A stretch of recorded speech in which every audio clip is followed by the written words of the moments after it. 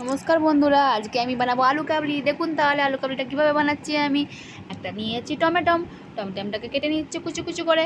টমেটোমটা কেটে নিয়ে আমি ভালো করে এবার রেখে দিচ্ছি। তারপর একটা পেঁয়াজ কাটছি, ছোট্ট পেঁয়াজটাকে ভালো করে কেটে নিয়েছি। তারপর নিয়েছি দুটো কাঁচা লঙ্কা দুটোকে ভালো করে আমি কেটে নিয়েছি। এবার নিচ্ছি ধনে পাতাটাকে ছোটো ছোটো করে কুচি কুচি করে কেটে নিয়েছি। এবার আমি প্রেসারে আলু সেদ্ধ করে নিয়েছি। আর এদিকে মশলা তৈরি করে নিয়েছি। শুকনো লঙ্কা দিয়েছি 2-3টে।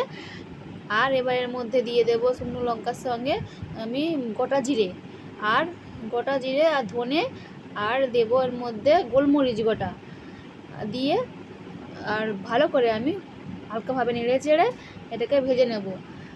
সবগুলো মশলা দিয়ে দিয়েছি। এবার আমার এগুলো নেড়ে চেড়ে ভেজে নেওয়ার পালা। ভালো করে আমি নেড়ে চেড়ে মশলাগুলো দেখুন ভালো করে আমি নেড়ে চেড়ে হালকাভাবে ভেজে নিচ্ছি। মশলাগুলো ভাজা হয়ে গেছে, এবার নামিয়ে নেব আমি। এবার আমি আলুটাকে যে প্রেসারে সেদ্ধ করেছিলাম, আলুটাকে আমি ছোটো ছোটো করে টুকরো টুকরো করে চারচোখো করে ছুরি দিয়ে ভালো করে কেটে নিচ্ছি আমি। আলুটা একটু বেশি সেদ্ধ হয়ে গেছে, কারণ আলুটা একটু কম সেদ্ধ হলে ভালো হয়। আলুগুলো আমার কাটা হয়ে গেছে। এবার আমি এর মধ্যে দিয়ে দিয়েছি কালো নুন, মানে বিট নুন দিয়েছি। এবার আমি ছোলা আর মটরও সেদ্ধ করে নিয়েছিলাম।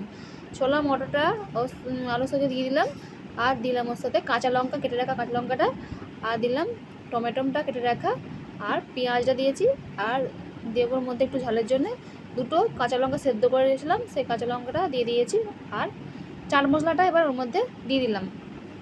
দিয়ে তারপর আমি একটুখানি কালো তেঁতুল গুলে রেখেছিলাম, ওই তেঁতুলটাকেও ওর মধ্যে দেব। আর এর মধ্যে কুচিয়ে রাখা যে ধনে পাতাটা কেটে রেখেছিলাম, সেই ধনে পাতাটাও দিয়ে দিলাম। তারপর ওর উপর দিয়ে আমি তেঁতুলের জুসটা দিয়ে দিলাম। তেঁতুলের রসটা দিয়ে ভালো করে এটা হালকাভাবে একটু নেড়ে চেড়ে মেখে নিতে হবে, কেননা বেশি ভালো করে মাখলে আবার ঘেটে যাবে, কেননা যেহেতু আলুটা বেশি সেদ্ধ হয়ে গেছে। হালকাভাবে এটা মেখে নিলাম। তারপর এর উপর দিয়ে আমি ঝুরি ভাজা দিয়ে আমার এবার আলু কাবলিটা রেডি হয়ে গেছে।